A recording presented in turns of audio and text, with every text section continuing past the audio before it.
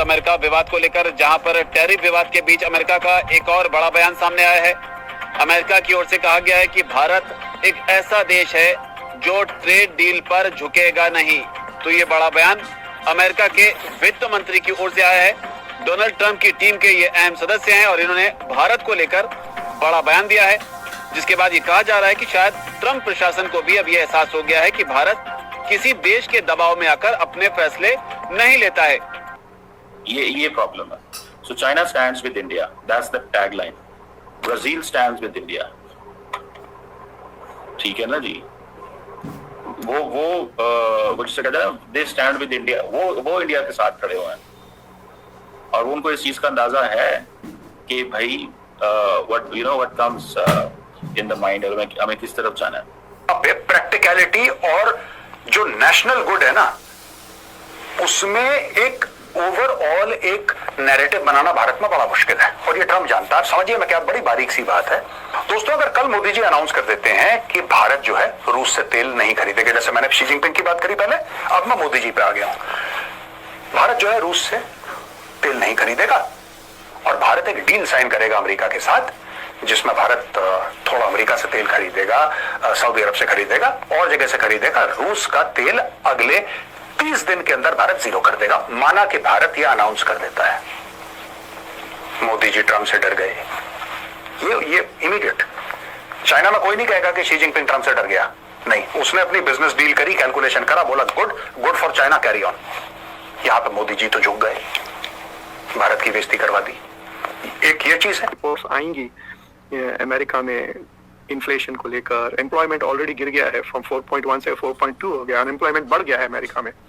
This is the article जो मैं कह रहा था, जो लिखा था वो इंडियाज वर्ल्ड की मैगजीन के लिए। It is not a multipolar world.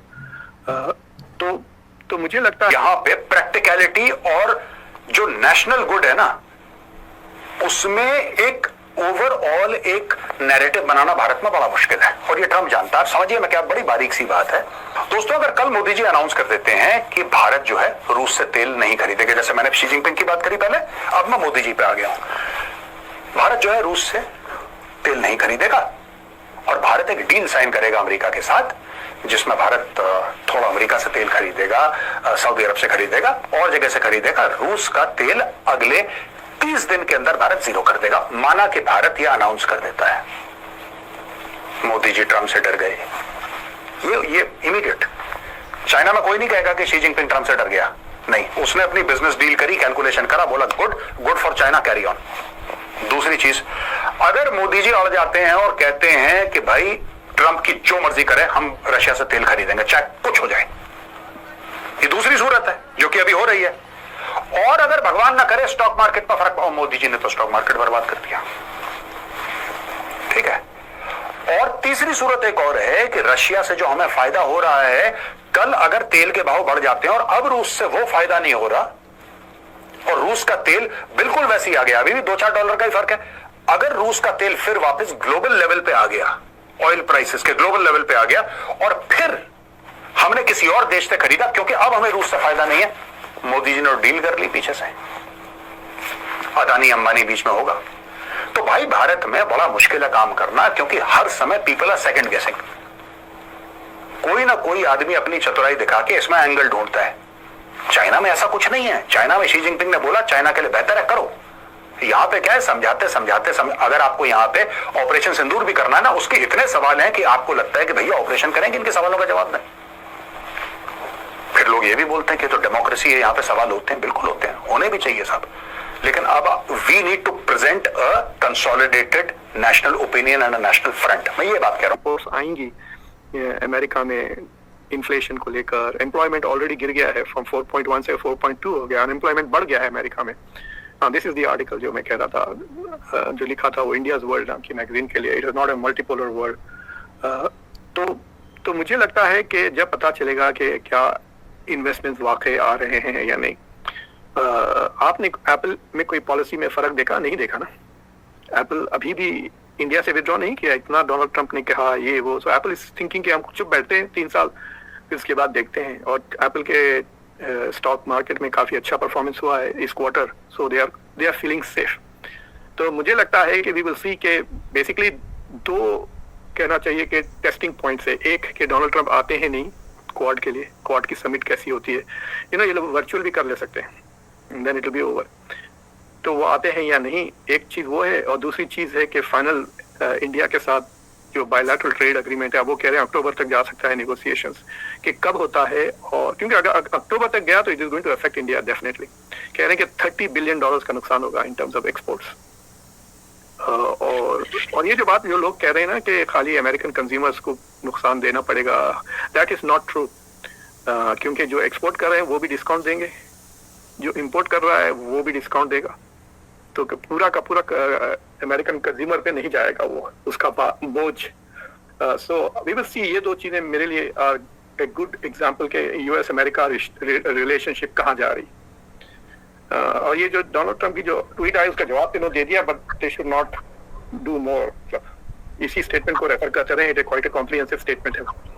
मेरा ख्याल है इसलिए उन्होंने लंबी स्टेटमेंट दी with reference to Europe and US. उन्होंने कहा एक दफा बस बात खत्म कर दो, एटलीस्ट अब इंडिया देखे, हमारे साउथ एशिया का डॉट कल्चर है, अगर हम जवाब ना, अगर एक बंदा गालियां दे रहा है आप जवाब ना दें, तो बेसिकली तो ट्रम्प की बातों को यहाँ पे गाली सारे इंडिया में समझ रहे थे। आप ट्विटर पे चले जाए, एक्स पे चले जाए, सारा मीडिया यही कह रहा है, बोलो मोदी बोलो, इंडिया बोले, अब क्या करोगे, ये होगा वो होगा। लेकिन जब से उन्होंने जवाब दे दिया तब से जनाब इंडिया के अंदर टेम्परेचर बड़ा हाई है। इंडिया के अंदर ऐसी है जैसे उन्होंने पाकिस्तान पे हमला कर दिया है। ट्रम्प को जवाब देना जो है, नो, इंडिया का भी प्रॉब्लम है।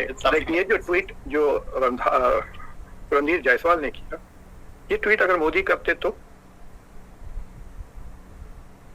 वो बोलता।